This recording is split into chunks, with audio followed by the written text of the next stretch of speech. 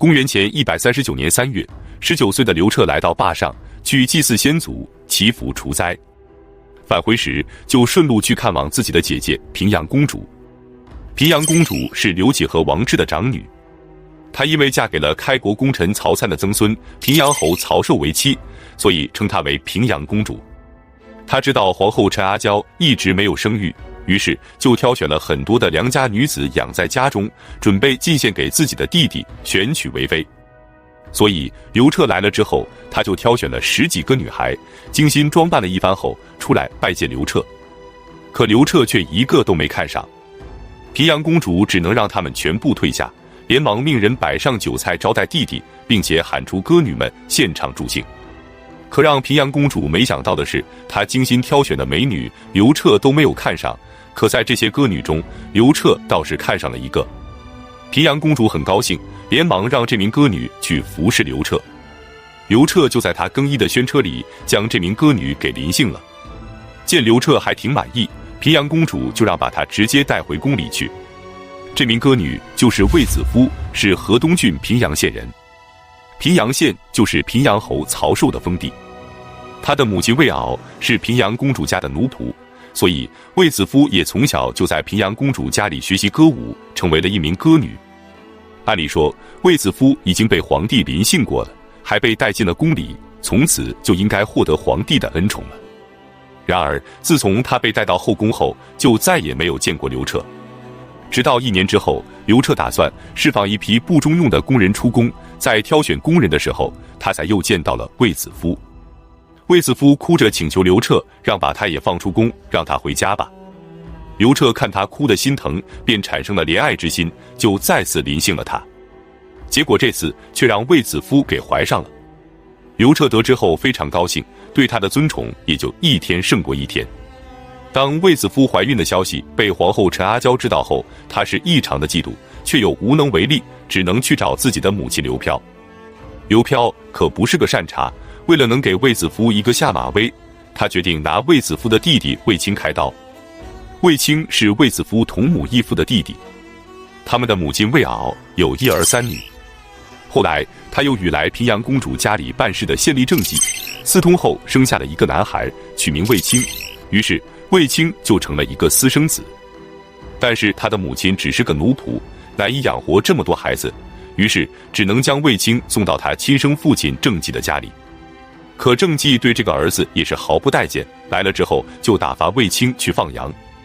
郑家的儿子们也根本不把他当兄弟，而是当成奴仆一样驱使。就这样过了好多年，直到卫青稍微长大一点后，实在受不了郑家人的奴役，就偷偷地跑了回来找自己的母亲。在母亲的求情下，平阳公主就让他做了一名骑奴。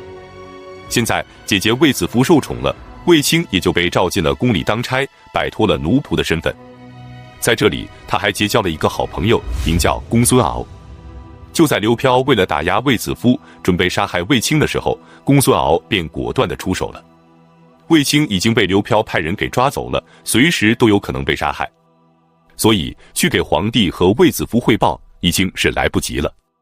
于是他就纠集了一帮生死朋友，以突袭之势冲进了囚禁卫青的地方，将他给解救了出来，然后就赶紧向汉武帝汇报。汉武帝得知后勃然大怒，为了更加刺激刘飘和陈阿娇，刘彻立即就将卫青封为了侍中和监章监，同时还兼任皇帝的侍从官。公孙敖也被封了官，从此开始显贵。接着又将卫子夫封为了夫人，并把卫子夫的所有兄弟姐妹全都召来加以封赏。卫子夫的哥哥卫长君被封为了侍中，大姐卫君如许配给了太仆公孙贺。重点要介绍下他的二姐卫少儿。卫少儿和他母亲一样，也一直在平阳公主的家里做奴仆，而且也和他的母亲一样，他也和平阳公主家里一个名叫霍仲儒的县吏私通，也生下了一个男孩，取名为霍去病。可霍仲儒在平阳侯的府上办完差事就回了老家，从此便与卫少儿断了联系。于是霍去病就和他的舅舅卫青一样，也成了一名私生子。霍仲儒走后，卫少儿又和陈平的曾孙陈长开始私通，但他只是个奴仆的身份，陈长和他也只是私通的关系，不可能娶她。现在可不一样了，妹妹卫子夫成为了皇帝的夫人，她也就成为了皇亲国戚，他们的身份也就对等了。于是她便顺理成章地嫁给了陈长为妻。这下皇后陈阿娇实在是没办法了，她为了能生下孩子，前前后后花费了9000万钱之多，可还是没能得偿所愿。而卫子夫却连续地生下了3个女儿。万般无奈之下，他便开始使用媚道害人。可事情败露后，刘彻异常愤怒，要求严查此案。最终，此案牵连的300多人全被诛杀。公元前130年7月，做了11年的皇后陈阿娇被废除了。半年之后，卫子夫又怀孕了。这次，她终于生下了一名皇子，取名为刘据。而且这也是刘彻从称帝12年以来的第一个儿子，可想而知刘彻有多高兴。3月，刘彻就册立卫子夫为皇后，至此她便从一名普通的歌女成为了大汉王朝地位最高的女人。随着她的受宠，她的家人也都得到了重用，特别是卫青和霍去病。他们之所以能被受宠是非常幸运的，也或许因为他们的受宠，大汉王朝也是幸运的。本期视频就到这里，感谢观看，下期再见。马邑之围是汉朝对匈奴主动发起的第一场大规模战役，那么最后的结局是怎样的呢？罢黜百家，独尊儒术是如何推行的？推恩令又是什么意思呢？本期视频我们就一起走进马邑之围及推恩令的内容。公元前135年5月26，太皇太后窦漪房去世之后，便与汉文帝刘恒合葬于霸陵。从此，刘彻再也不用奏事东宫，终于可以自己掌权了。可第2年初，匈奴就再次派出使者，要求和汉朝和亲。汉武帝召见大臣们前来商议，以御史大夫韩安国为代表的主和派就认为应该继续和亲，理由是如果不和亲，那就要和匈奴开战。但是汉朝军队千里征战，人疲马乏，最终也不一定能够取胜。即使胜利了，匈奴的那些大草原和戈壁滩我们也用不上，抢来的匈奴牧民也同样没有用，所以不如继续和亲。可是以大行令王辉为代表的则主张出击匈奴，理由是汉朝和匈奴已经和亲了很多年，但是匈奴却总是不守盟约，年年都来骚扰边境，抢劫财物，使汉朝边境的百姓连年受苦，不如就和他们干上一架。但是最终还是韩安国的主张获得了多数人的附和。汉武帝无奈，只能继续和匈奴和亲。1年之后，王辉给汉武帝献上了一条破壶之计。在汉匈的边境上，常年都有大量的商人与匈奴人做交易，其中就有一个名叫聂伊的商人。他找到王辉说，匈奴在边界上经常侵犯，总是一个祸根，不如趁现在刚刚和亲不久，他们疏于防范，我们假装献出马邑城，吸引单于率众而来，然后我们提前埋下伏兵，围而歼之，则匈奴可破。王辉也觉得可行，就将这条计策献给了汉武帝。汉武帝听后也觉得不错，便准备开始施行。公元前133年6月，汉武帝任命卫尉李广为骁骑将军，太仆公孙贺为轻车将军，大行令王辉为江屯将军，太中大夫李希为财官将军，出兵30万，准备围歼匈奴。御史大夫韩安国为护军将军，负责监军。另外，命令王辉率领一支军队从代郡出来，等到匈奴的大军南下后，从背后拦截匈奴的辎重，断其退路。汉军准备完毕，便分头开始设伏。同时，聂伊也带领着满载汉地奇珍货物的马队，从五洲塞向北进发。他通过在匈奴的关系，见到了君臣单于。他对单于说，他可以想办法斩杀掉马邑的县令和县城，使马邑城群龙无首。然后单于便可以率领大军赶到，顺利入城，到时候城中的所有财宝及妙龄美女就都是单于的了。这对于单于来说，诱惑可实在是太大了。于是他们当即约定，等到聂伊杀死县令和县城，君臣单于便率兵南下，入城受降。商议完毕，聂伊就回到了马邑城。他从死牢里提出了2个犯人，提前处决，然后将他们的人头挂在城楼之上，旁边还贴有告示，写上县令和县城的姓名及罪状。然后聂一便派出信使去通知单于，单于也通过自己的斥候证实了消息的可靠。于是君臣单于便不再怀疑，率领着10万人马越过长城，经过五洲塞，浩浩荡荡的直奔马邑而来。一路之上都非常的顺利，也没有遇到汉兵的阻击。可当他们行进到距离马邑只有100余里的时候，单于却发现有点不太对劲。周围的山坡上、草地里到处都是吃草的牛羊，却看不到放牧之人。于是这个反常的现象引起了他的警觉，连忙派人去附近抓个俘虏回来。当时在汉朝的边境上，每隔100里就设有一个哨亭，用来巡行和警戒。很快匈奴骑兵便攻下了一个哨亭，并将哨亭的卫士给押送了过来。结果这个卫士来了之后，就供出汉朝有30万大军正埋伏于马邑的事情。单于知道后大惊失色，连忙下令退兵。退兵后，他还非常的感谢这个卫士，不仅没有杀他，还任命他为天王。就这样，匈奴远道而来，双方还没有交战，就主动的退走了。而汉军这边，韩安国等将领们苦苦等候了几个昼夜，等到的却只是一个个斥候的飞马快报，匈奴已遁逃北去。他们赶紧就率军追击，可此时匈奴早已不见了踪影。其实有一个人很早就知道了匈奴北逃的消息，他就是王辉。他的任务是率领3万人马攻击匈奴的后勤辎重。按照原来的部署，一旦韩安国等将领率领伏兵出击，他就会立即率军去攻击匈奴后面的辎重队伍，切断匈奴的退路，使匈奴腹背受敌。可此时匈奴是10万大军有计划的整体后撤，如果他要出击，那就是3万人马对阵匈奴的10万大军，一旦交战，后果不堪设想。于是他就眼睁睁地看着匈奴的铁骑如潮水般退去。就这样策划了许久，出动了30万大军的马邑之围，便在悄无声息下结束了。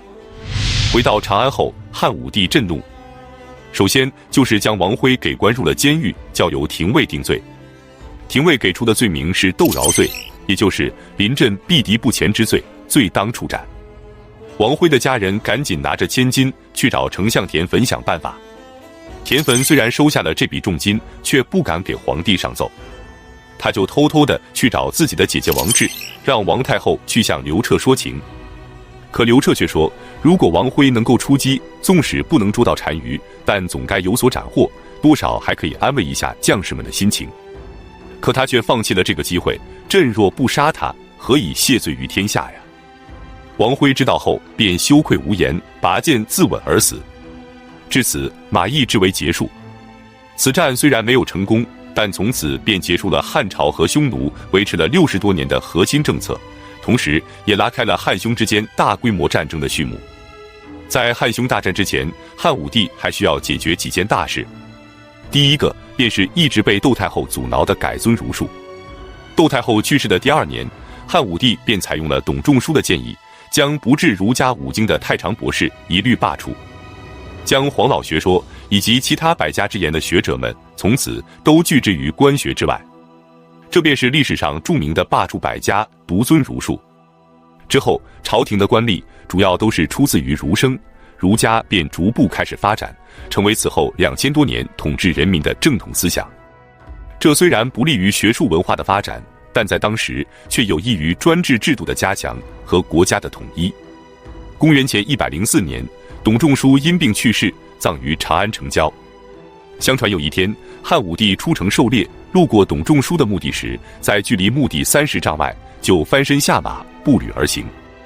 从此，董仲舒墓园周围的这块土地就被人们称作下马陵，并且此后还形成了一种制度，凡是过往的官员和儒生，一律要在30丈之外下马步行而过。清朝的康熙元年，知县黄家鼎把下马陵重加修葺，并在门前刻下石碑，上书下马陵，并将今天西安市和平门附近的一条街道改称为下马陵街。再来看推恩令。公元前127年，汉武帝采纳了主父偃的建议，开始施行推恩令。那么什么是推恩令呢？一直以来，所有诸侯王的爵位以及封地都是由嫡长子单独继承的，诸侯王的其他子孙则得不到尺寸之地。因此诸侯国的土地分封的时候是多少，以后也一直就是这样。而且诸侯国不仅面积广大，还领有军队，严重地威胁着朝廷的安危。推恩令首先就规定，各诸侯王除了要让嫡长子继承王位之外，还要推行私恩，给每个儿子都要分一部分的土地，并且还要给予封侯。但是这些新封的侯国就不再受原来诸侯国的管辖了，而是直接由朝廷的各个郡来管理，地位相当于一个县。于是本来七国之乱后，各个诸侯国的地盘和权力就变得很小了，现在更是将这些大的诸侯国分成了上百个小的诸侯国。从此之后，最大的诸侯国也不过就10几个城，小的则只有几十里地，而且朝廷的土地和诸侯国的土地还犬牙交错，使诸侯国的土地再也不能连成整体的一片，也就完全没有了和朝廷抗衡的可能。从此归朝廷直管的土地逐渐占到了全国土地的80%-90%，大汉王朝的中央集权也终于得到了有力的巩固。这位汉武帝要举全国之兵对付匈奴，扫清了障碍。下期开始，我们将正式走进汉匈大战，上演帝国双璧、卫青和霍去病的精彩战役。本期视频就到这里，感谢观看，下期再见。卫青是如何一战封侯？龙城之战的具体战争过程又是怎样的呢？卫青的成功和李广的失败有没有客观因素的存在？本期视频我们就用3维地图的方式，详细的讲述这场让卫青一战封侯的战役——龙城之战。马邑之围后，汉朝和匈奴的关系虽然大为紧张，但还没有彻底翻脸，双方还依然保持着贸易往来，汉匈边境上的官事也还正常的运转着。可贸易哪有抢劫来的更为痛快呢？匈奴依然年年都有小股部队骚扰边境。公元前129年，也就是马邑之围的4年之后，匈奴再次大规模南下，进犯汉朝的上古郡，烧杀抢掠。汉武帝大怒，决定派出4路大军，共同出击匈奴。第一路任命卫青为车骑将军，率领战车和骑兵队伍从上古郡出发。第二路由骑将军公孙敖率领骑兵从代郡出发。第三路由骁骑将军李广率领精锐骑兵从雁门郡出发。第四路由轻车将军公孙贺率领以战车为主的队伍从云中郡出发。4位将领各率1万人，从不同方向前往边境关市，扫荡关市附近的匈奴驻军。在开战之前，我们先来简单的了解下此次出征的4位将领。第一位，卫青。我们在前面介绍过，他是卫子夫同母异父的弟弟，从一名私生子和奴仆，因为姐姐卫子夫的受宠，从而有机会在汉武帝的身边跟随了10年，而现在他已经成长为一名可以单独领兵的将军了，而且这一战就是他的首战。公孙敖是北地郡的义渠人，是卫青的好朋友，当初只是一名郎官，在刘飘想要杀害卫青的时候，果断出手救了卫青，从此便开始被汉武帝重用。公孙贺也是义渠人，和公孙敖是老乡，同时也是卫青的大姐夫，他迎娶了卫子夫的大姐卫君如。接下来要重点介绍下李广。李广是陇西郡成纪人，是秦朝名将李信的后代。他与匈奴交战多年，而且是让匈奴闻风丧胆的一位名将。汉景帝时期，匈奴入侵上郡，汉景帝便派亲近的宦官去李广的驻军，整训士兵，传达旨意。有一次，这名宦官带了几十名骑兵外出，途中遇到了3个徒步行走的匈奴人，双方便开始交战。结果几十名骑兵竟然全部被射杀，宦官本人也受伤后跑回了李广的大营。李广知道后，便带着100多名骑兵去追，狂追了几十里后，终于给追上了。李广弯弓搭箭，射死2人，活捉了1人。可他们刚刚把这名匈奴俘虏绑在马上，山坡上就出现了数千名匈奴大军，而此时李广身边就只带了这100多人。这个悬殊实在是太大了，而且事发突然，双方距离又很近，跑是跑不了了，回去调兵也来不及了。李广的士兵们非常恐慌，准备调转马头往回跑。可李广却对他们说，我们距离大本营还有几十里的路程，只要我们现在跑，匈奴必定会全力追击，我们根本就跑不了。但是如果我们留下，匈奴就会以为我们是故意前来诱敌的，他们就不敢贸然出击。于是李广命令所有骑兵继续迎着匈奴前进，直到距离匈奴的阵地只有2里地时才停了下来，并且下令让所有人都下马解鞍，然后就随意地躺卧在草地上，悠闲自得地看着匈奴。这把匈奴也给搞懵了，于是他们怀疑附近一定有汉军的伏兵，所以也就不敢轻举妄动了。就这样，双方一直对峙到天黑，匈奴也没敢出击。到了半夜时分，匈奴人担心汉军的伏兵会趁夜偷袭，便全部撤走了。这就是李广，他不仅有着过人的胆识，而且本身的骑术和射术也都非常的精湛，所以塞内塞外都称他为飞将军。通过以上介绍，我们不难发现，此次汉武帝的安排确实有些大胆。他派出的4位将领，除了李广之外，其余的3个人全都是年轻的将领，而且还都没有和匈奴正面交锋的经历，可见他是急需培养和历练一批年轻的将领。现在我们就一起走进这场战役，分别看看4路大军的战况如何。首先是飞将军李广，他率领大军从雁门郡出发。因为他的名气实在是太大了，所以他也就成为了匈奴的主要攻击对象，并且匈奴的将领还下令要活捉李广。结果李广还真的就被匈奴给活捉了。李广被俘后，先是装的伤势很重，接着装死，匈奴人便把他放在网兜里，用2匹马挂在中间，驮着往回走。走了10几里，李广见匈奴人警惕降低，便突然飞身而起，踹掉骑手，顺手还抄了这名小兵的弓箭，夺马便跑。匈奴人追赶，他回身便射，而且是箭无虚发，匈奴人也就不敢追得太紧。狂奔了几10里后，他便甩掉了追兵，有惊无险地返回了大营。老将已经是这样的战绩了，年轻的将领就更不是匈奴的对手了。卫青的好兄弟公孙敖是最惨的一个，他率领1万人出发，结果阵亡了7000多人，差点就全军覆没了。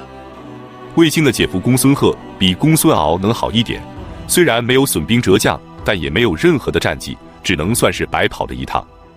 最后就是卫青这一路了，他率军从上古郡出发，一到关市便命令士兵们放开手脚，痛击匈奴。匈奴激战片刻后，发现难以取胜，便不再恋战，拔腿就跑。可让他们没想到的是，他们这次却遇到了个愣头青。匈奴人在前面疯狂地跑，卫青就在后面疯狂地追。最后让所有人都没有料到的是，卫青这一追，竟然就追到了匈奴的大本营龙城。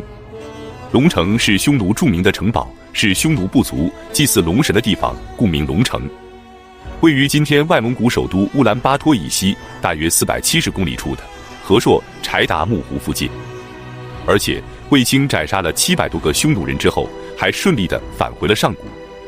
700多人虽然不算多，但对比其他3路已经是非常了不起的大胜了。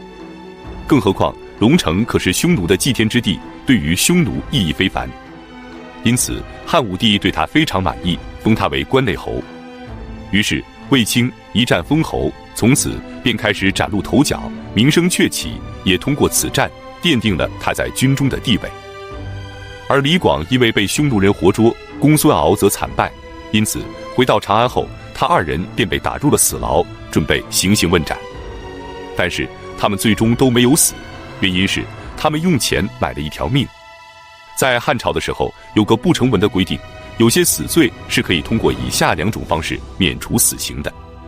其一是可以用钱赎命，金额是60万钱；其二便是接受宫刑。60万钱对于李广和公孙敖来说，问题都不是很大，可对于有些人可就是天大的问题了。比如我们后面要讲到的《史记》的作者司马迁。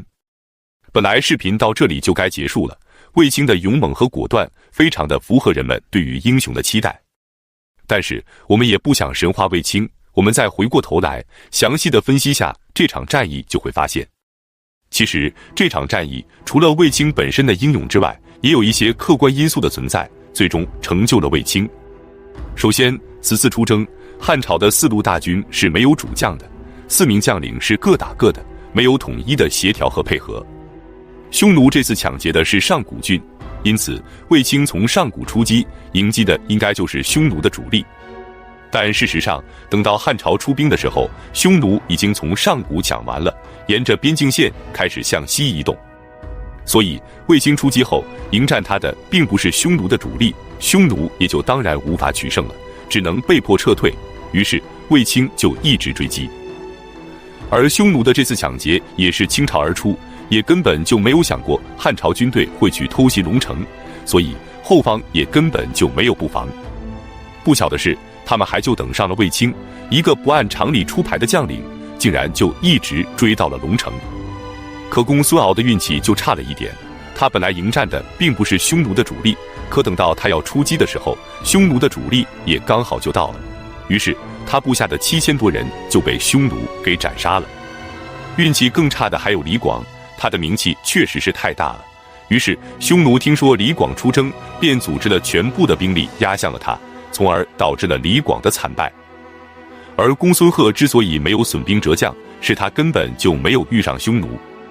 总之，不管怎么说，这场战役最大的意义并不是谁赢谁输，而是让汉武帝发现了卫青的潜能，让他有了更加能施展才华的舞台。同时，龙城之战也标志着汉匈之间大规模战争的正式开始。本期视频就到这里，感谢观看，下期再见。龙城之战中，卫青一直将匈奴人追到了龙城，还斩杀了700多人，从而使卫青一战封侯。卫青是舒服了，可匈奴人却被气坏了。他们从冒毒单于开始，就从来没有吃过这种亏，于是匈奴便更加频繁地袭扰汉朝的边境，报复汉朝。当年冬天，君臣单于就派出5路大军，分别攻击右北平郡、渔阳郡、代郡、雁门郡、云中郡。每到一处便烧杀夺掠，其中被抢最为严重的是渔阳郡。于是汉武帝便派韩安国前去渔阳郡镇守。可韩安国来了之后，匈奴却不来了，他就主动派人出去侦查，并抓回了一个匈奴的俘虏。经过审讯后，匈奴俘虏告诉他，匈奴大军已经跑到了很遥远的地方，短期内是不会再来了。于是韩安国便相信了俘虏的话。当时正是农忙时节，他就给汉武帝上书，请求让部队先回去收粮，只留下700人防守就可以了。汉武帝也就批准了他的请求。然而他刚刚撤兵1个多月，匈奴就再次的扑杀了过来。韩安国无奈，只能率领着700名士兵拼死守城。就在败局已定的紧要关头，幸亏燕王派出援军支援，才总算稳定了局势，匈奴退走。第2年，即公元前128年秋天，匈奴的左贤王派出2万骑兵进攻汉朝的辽西郡，杀死了辽西太守，掳掠百姓2000多人。随后又攻击渔阳郡和雁门郡。然而此时汉朝的大军也已赶到了雁门郡，领军的便是卫青。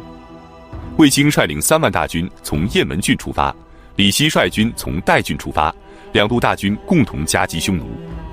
最终卫青再次不负众望，斩杀匈奴数千人，匈奴大败而归。匈奴退走后，汉武帝调整部署，让韩安国前往右北平郡驻守。可几个月后，韩安国再次病逝，于是就需要重新找个人去接替韩安国的工作。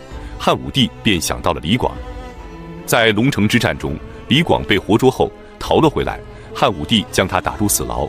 虽然最后他用钱买了一条命，但被剥夺了所有的官职，贬为庶民，闲赋在家。现在正是用人之际，于是汉武帝下诏，启用李广为右北平太守，前往边境抵御匈奴。匈奴听说韩安国病逝，便准备南下抢劫，却听闻接替他的竟然是飞将军李广，便不敢轻举妄动了。既然右北平不能去，那就换个地方去。公元前127年冬天，匈奴再次直扑上古郡和渔阳郡，杀掠汉朝边民1000余人。匈奴的这种打法让汉朝军队疲于奔命，他们频繁的侵扰，而且是抢完了就跑。等汉朝的军队出动时，他们早已跑得没影了。可汉朝一退兵，他们却又回来了。而且汉朝与匈奴的边境线又非常的长，不可能每个地方都长期的驻有大量的军队，于是就陷入了死循环，感觉完全是无解，只能就这样一直被匈奴牵着鼻子走。匈奴此次的进犯也是一样，汉朝从匈奴俘虏的口中得知，这次匈奴会继续加大对东北方向各个郡的侵扰力度。于是汉武帝决定不再被匈奴牵着鼻子走了，他要制定一条胡骑东进、汉当西击的战略。那就是匈奴攻击汉朝的东边，那么汉朝就反方向去攻击匈奴的西边，目标便是河南地。